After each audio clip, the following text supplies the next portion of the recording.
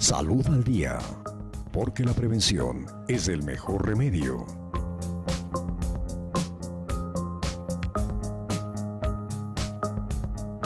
Bienvenidas y bienvenidos al programa Salud al Día.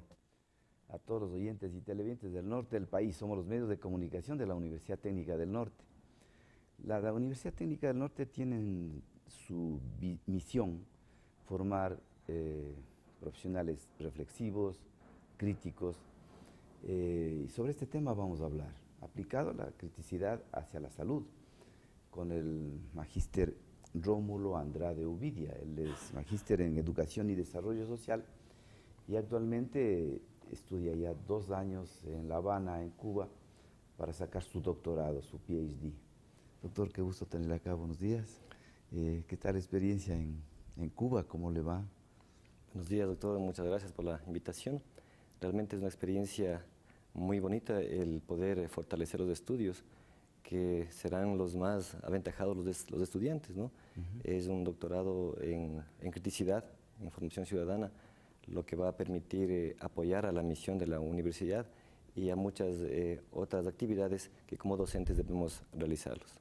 Porque entender que yo soy crítico es una forma de vida que tiene que formarse desde del hogar.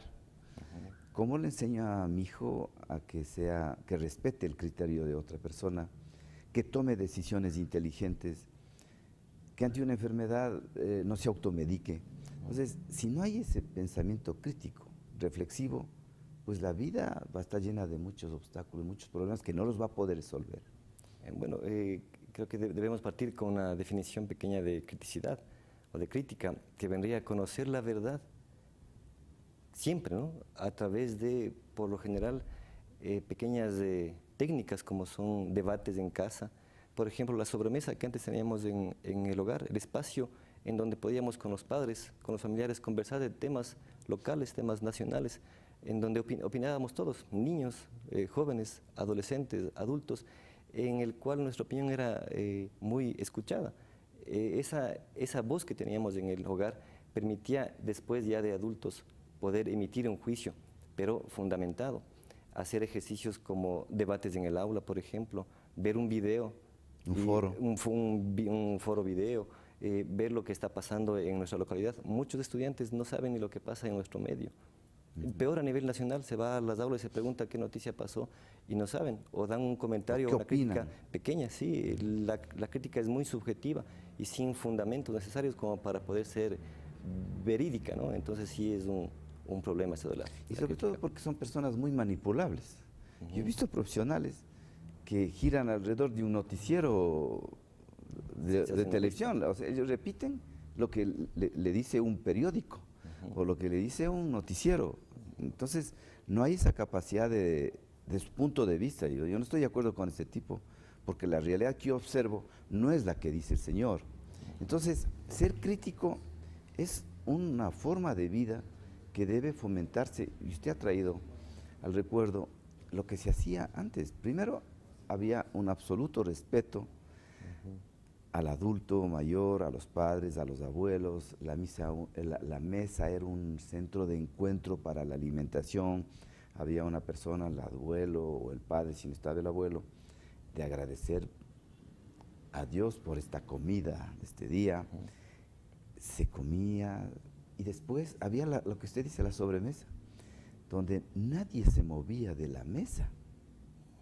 Y el adulto, el papá, la mamá, se enteraba de lo que está pasando con la hermana mayor, con la hermana menor, con el hermano pequeñito, y empezaba la discusión. Era una forma de actualización, y los pequeñitos observaban los criterios del papá, los criterios de la mamá, las opiniones de la hermana, del hermano, y ellos emitían su criterio.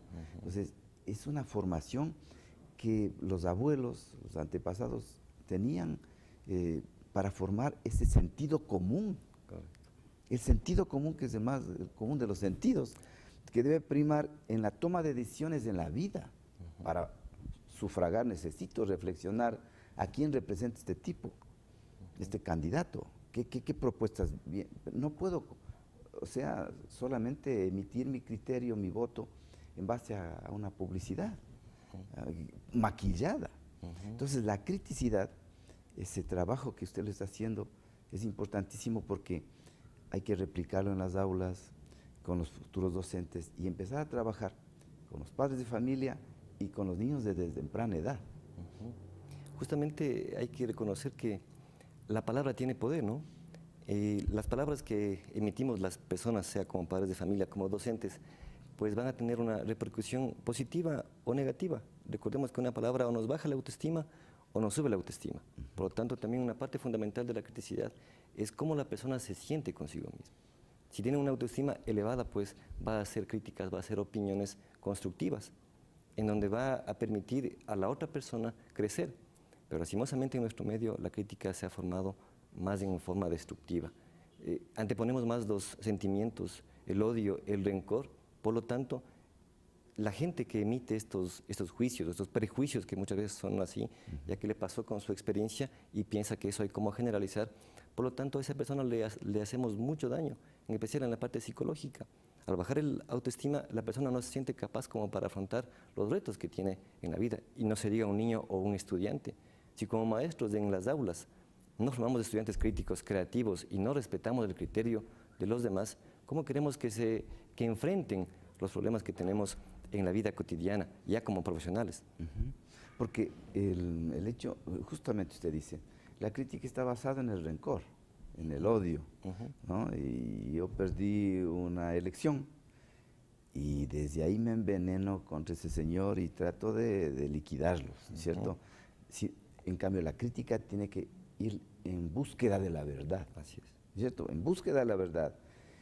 Y si tanto odio tengo contra ese señor, yo debo tener una posición, conocer los pros y contras, emitir mi criterio en base a la verdad y trabajar y después ganarle a ese señor que está ahí en el poder. Ahí todos tenemos que estar, y todos los ciudadanos, porque usted con la criticidad, con una persona crítica, le lleva a ser buen ciudadano. ¿No? Debemos andar a traer una constitución para conocer nuestros derechos y también los deberes y poder emitir un criterio y decir, este señor que me está gobernando, ¿está cumpliendo o no está cumpliendo con lo que la mayoría del pueblo votó? Y eso se puede aplicar en toda la vida. Encontrar la capacidad, siendo crítico, siendo reflexivo, en tomar decisiones con mi salud. Si yo estoy enfermo, si yo soy crítico, estoy bien informado, por supuesto, yo puedo orientarme hacia una medicina occidental, puedo orientarme a una medicina oriental, o puedo automedicarme, que es del error. Si un médico me diagnostica una enfermedad, yo tengo el derecho, bajo mi reflexión, mi crítica, mi información, de buscar una tercera opinión. Si el doctor me dice que me va a operar, digo, muy bien doctor, ese es su criterio, muchas gracias, voy a consultar con mi familia, va donde otro médico, busca una segunda, una tercera, una cuarta opinión. Y si ese ciudadano tiene un pensamiento crítico, escoge lo que mejor le conviene a él. Ahí viene el derecho a la elegibilidad. Correcto. ¿Le comprendes? Es mi individualidad, mi forma de pensar. Claro, los doctores saben, son especialistas, 4 especialistas. Y tomará la mejor decisión, pero eso es en base a que yo tenga un buen desarrollo crítico. Correcto. Esto, pasado a las aulas universitarias, lo que pretendemos los maestros es que los deberes que los estudiantes traen con citas de autores, muchos no hacen una crítica, solamente copian la cita y hasta ahí presentan el trabajo. La idea es que a través de una cita puedan los estudiantes dar su opinión, su criterio, argumentar el por qué han citado a ese autor. De esa manera están empoderándose con el conocimiento que el autor está diciendo, emitiendo, para que ellos asuman un criterio personal y lo defiendan en una tesis, lo defiendan ante un tribunal. Muchas veces esa falta de lectura, que digo yo que es muy fundamental para poder hacer una crítica basada en conocimiento científico, porque muchas veces hacemos una crítica sin un fundamento científico. esta crítica fue basada porque le contó tal persona o por la experiencia y generalizamos. Por lo tanto, esa crítica no es para nada fundamentada y como en la investigación que estoy haciendo no sería responsable, sería una crítica irresponsable. Porque la mayoría de personas hacemos críticas, sí, pero no son responsables. Para que sea responsable, insisto, debe tener una fundamentación en cuanto a la investigación que sea científica, de artículos científicos, de libros, de documentos que han salido y han sido comprobados por la ciencia, por la comunidad científica. Y ese trabajito en la universidad y en nuestro país como que no ha sido un hábito. Recién se está formando un hábito para que puedan defender y argumentar, asumir un criterio, asumir un autor, asumir un concepto. Pero para asumir un concepto habrá que investigar 10, 15 autores y de ahí empoderarse de uno y poder criticar ante cualquier tribunal. Porque esta formación, este estilo de vida de ser críticos, le puede servir a una persona que no pudo seguir la universidad. No es un licenciado, no es un doctor, es una persona que llegó a primaria por circunstancias no pudo estudiar. Pero si él desde pequeñito es crítico, es reflexivo, él va a tomar medidas inteligentes en su vida y ser un buen artesano y ser o sea, atender sus potencialidades, porque la criticidad le permite también descubrir sus potencialidades y sus debilidades y él fortalecerá sus potencialidades. Aquí hay una parte fundamental que es la curiosidad, doctor. Desde niños la curiosidad es fundamental, que los padres fomentemos a que esa curiosidad que el niño tiene lo podamos cimentar, ¿no? Porque muchas veces esa curiosidad el padre lo limita y lo vuelve una persona que nunca más quiere opinar sobre eso porque no tuvo quien lo escuche. Entonces, el que el padre de familia, el que el docente le motive ante una curiosidad y el porqué de las cosas. Hay una etapa en la niñez que los pequeños preguntan todo por qué y por qué. Y muchas veces el padre no tiene la paciencia, creo yo, para poder despejar cualquier duda que el niño tenga, porque si lo hace desde pequeño, él va a tener ya una idea, va a tener una base, que todas las cosas tienen una razón de ser. No, las cosas no son porque así nomás. Entonces sí es necesario que los padres y los maestros despejemos las dudas a través de unos fundamentos, lógicamente, como insisto, que sean verificados, que sean con evidencias para que sean creíbles, ¿no? Claro, usted tiene en los patios de la universidad, en los lugares de trabajo, tenemos encuentros y hay discusiones. Observe, haga una observación, haga una lectura de las opiniones. Repiten lo que leyeron en el diario o en un noticiero. Es una miseria intelectual, pues, es un raquitismo intelectual. Porque cuando yo tengo críticas, a ver, este diario dice esto, este noticiero dice, mi criterio es contrastar lo que tienen que ser los periodistas, contrastar las cosas. Entonces este dice una cosa, ¿y cuál es mi criterio? De acuerdo a la realidad, de acuerdo a mi capacidad, yo emito mi criterio, yo tengo mi criterio, no soy un borrego que replico ni repito lo que dice otro señor, me dan pensando. Pero ese es el problema de cuando no hay la lectura, cuando usted no lee, cuando no hace un análisis, cuando usted dice hay un foro, cuando hay una discusión, cuando hay un deber y van a cualquier Wikipedia, Google y copian y pegan. No, esta frase tienen que leerla, entenderla, después procesarla y después explicar o replicar. Doctor, hay una pregunta. Doctor, buenos días. ¿Es lo mismo ser una persona crítica a ser criticón? Qué buena pregunta. Bueno, crítica y criticón, como acabamos de decir, la crítica bien cimentada, bien fundamentada, vendría a ser constructiva. El criticón, pienso yo, que es la persona que en su interior tiene mucho rencor, como lo habíamos dicho. ¿Y qué es lo que pretende con ser criticón? Pues destruir a la otra persona. La importancia de la crítica responsable es crecer, ¿no? Vivir en armonía, porque vemos que en este mundo la convivencia en muchos lugares no se lo puede realizar por el mismo hecho de que hay opiniones, comentarios, criterios, el que me dijo o el que dirán, pues nos hace personas criticonas. Y la mayoría de nuestra sociedad somos personas criticonas y deberíamos cambiar desde el hogar. El tratar del chisme, por ejemplo, el cuento, el enredo, poner un límite, que eso muchas veces a la gente le gusta y, como dicen en son de broma, vive de esas cosas y hace mucho daño a las demás personas. Es que lo que usted dice es, el criticón es orientado a lo negativo. Ves lo negativo, pero desde el punto del odio. Así es. Desde el punto de vista del rencor. O sea, y si usted tiene a mano una radio, un televisor o tiene un diario, vierte el veneno todos los días, ¿no? Pero termina ahogándose con el propio veneno, por supuesto. Por eso es importante formar una población que sea crítica y reflexiva, porque contrasta referencias y porque le permite tomar una decisión inteligente en la vida. Y no se complica, porque si yo le ponía el ejemplo médico, estoy enfermo y de pronto presento una conjuntivitis aguda con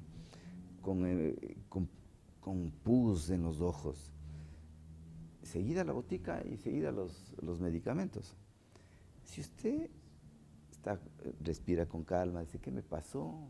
Me expuse a tierra, viento, las manos estuvieron sucias, y tomo una medida casera como una infusión de manzanilla y lavarse los ojos, hasta que me vea un oftalmólogo, porque no puedo automedicarme corticoides, me va a hacer un daño terrible. Y probablemente con esa infusión de manzanilla me cura una conjuntivitis, que fue una cosa muy banal. O esa conjuntivitis puede ser viral y los virus no tienen tratamiento, hay que esperar unos días y los virus se van y me quedo. Entonces, ser crítico no solo es en la vida, sino también en su salud. ¿Qué es lo que falta hoy? Tal vez los profesores, porque tienen mucho trabajo, no están dedicados a hacer este tipo de análisis, este tipo de desarrollar esas potencialidades de la criticidad. Tal vez será por el agobio de trabajo, o tenemos que cambiar el modelo, tenemos que cambiar el modelo, la didáctica, en el sentido de que los estudiantes sean un poco más interactivos, que puedan opinar más. Hoy como que tenemos que escuchar más antes que hablar más. Es como el padre de familia, que lo que hace es no, prohíbe, no da resultado. Lo que tiene que hacer es escucharle más a su hijo, a su hija, escucharle qué necesidades tiene, qué iniciativas tiene, qué sueños tiene, alimentar esos sueños. Y sobre todo lo que usted dice, doctor, contestar las inquietudes y preguntas desde un niño pequeñito. No decir, no, no es para vos esas preguntas, ya cuando seas grande te he de contestar. Así le pregunte algo muy complejo. Usted vio cómo se cayó la teoría de Piaget, ¿no? De que no, que la educación, la inteligencia que por etapas. Yo le escuché al PhD, doctor Morales, aquí en la universidad, cómo explicó la teoría de Piaget que se cayó. Hoy la abuelita dice, oye, pero este guaguito piensa como un viejito. Él ya tiene pensamientos complejos. No es que en esta edad demos de esta cosita, esta cosita. Nada, los niños son pilas. Y usted ve a una niña de 2 años cogido una tablet ya, y la tecnología. Entonces, los pensamientos complejos no es por edades, ni las inteligencias por edades. Mire usted, hoy tenemos la tecnología que nos ayuda, pero eso tenemos que canalizarlo.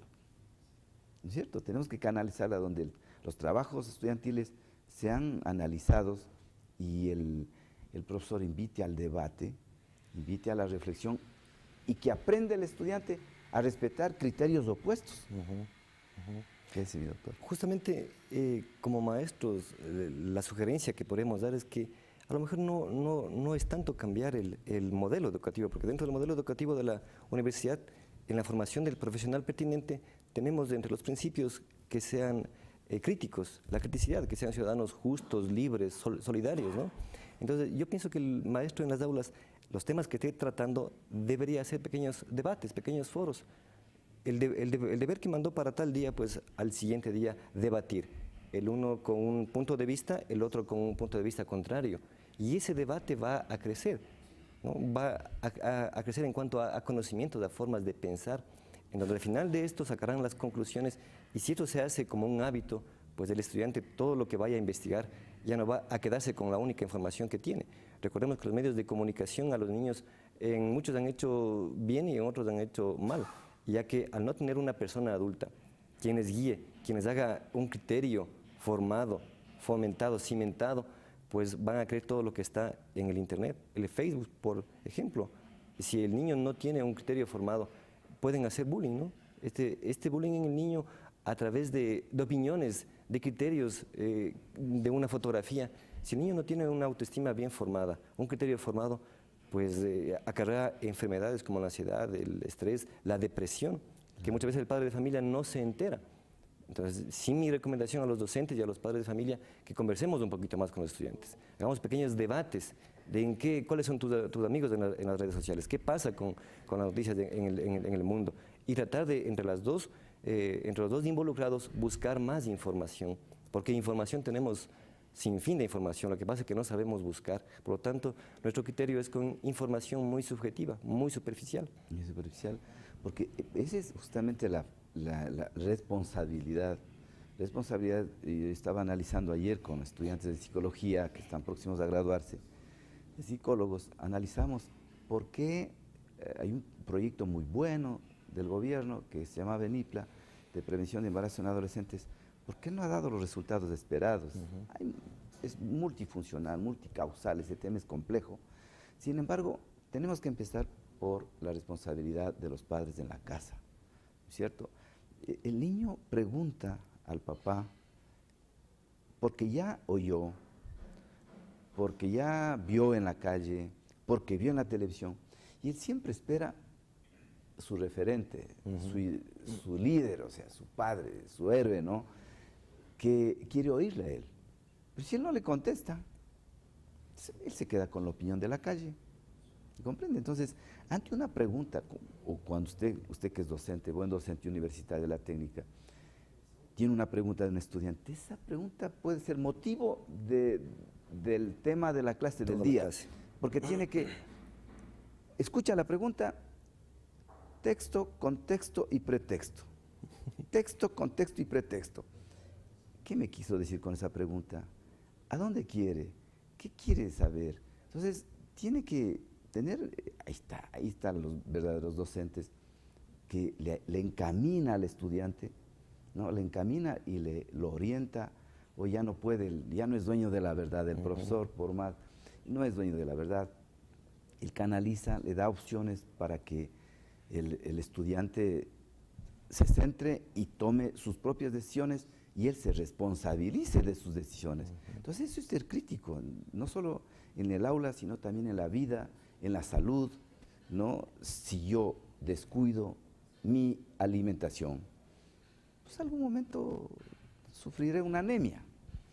Si yo descuido o me excedo en la bebida, pues me pasa la factura y después mi hígado no funcionará bien. Y necesitaría un trasplante de hígado. Sí, el trasplante de hígado cuesta $90.000. Me acabo de enterar de un vecino, amigo, que se hizo un trasplante de hígado. Se hizo aquí en el Ecuador. $90.000. Claro. ¿Qué pasó? Una cirrosis. Bueno, la cirrosis no solo es alcohólica, pero también es por enfermedades de transmisión sexual. Hay muchas patologías. Entonces, en la salud es una inversión. Cuando el padre se dedica a que el niño se aprenda a cuidar, imagínese si el padre logra que sus niños pequeñitos se laven las manos antes de comer cualquier alimento, no solo en la mesa, sino en el bar, en la calle, ha logrado que la mitad de enfermedades no se den. Si nos lavamos frecuentemente las manos, la gripe no se difundiría, no se infectaría a otras personas. Entonces, pero si se hace ese trabajo desde edades tempranas, el niño después lo hará en forma habitual. Lastimosamente creo, doctor, que aquí hay un aspecto fundamental. Los padres de familia no estamos formando hábitos en los niños. Por lo tanto, ese niño no tiene hábitos ni de adolescente, peor aún de adulto. Por lo tanto, el dedicarse un tiempito a formar hábitos como los que usted manifiesta, de lavarse las manos, de lavarse los dientes, de tener un horario fijo para comer, de saber qué comidas son las importantes para poder crecer. Recordemos ahora con lo que existe en todo alimento, alto en grasa, bajo en calorías, en azúcar. A muchos niños a lo mejor esto le está perjudicando, porque si no hay un criterio formado del padre explicando el por qué está esa información. Ese semáforo, ¿no? Ese semáforo. Entonces muchos niños pueden tener traumas psicológicos, porque a lo mejor algo que les gustaba antes y ve ahí alto en azúcar, si no hay un fundamento para un criterio formado, puede decir, esto me va a engordar, por lo tanto dejo de comer eso.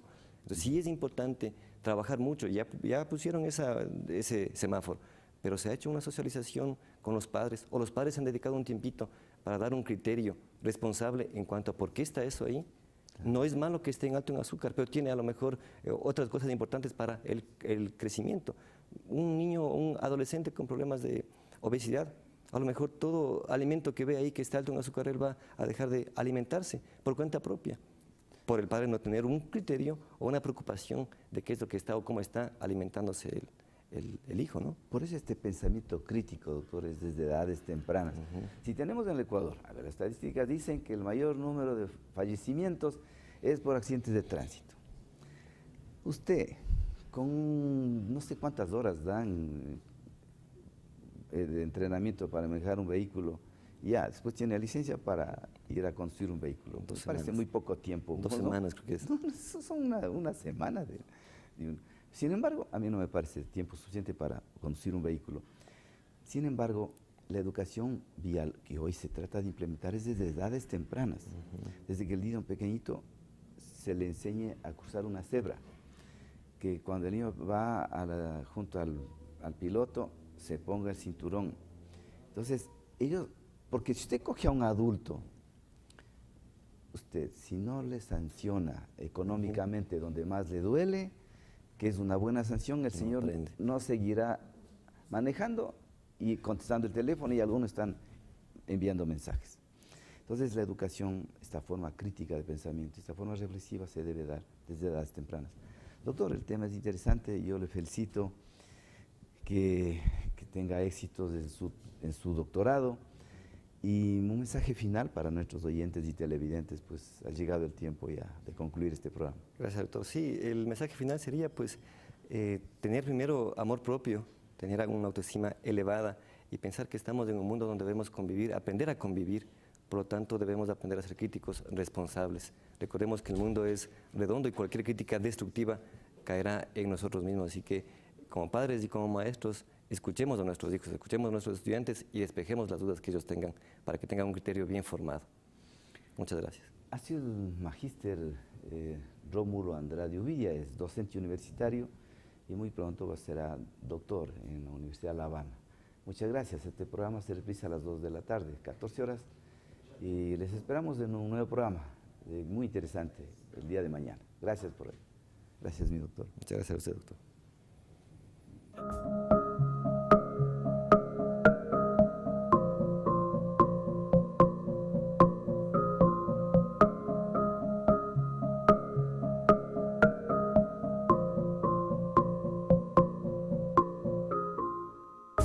Salud al día, porque la prevención es el mejor remedio.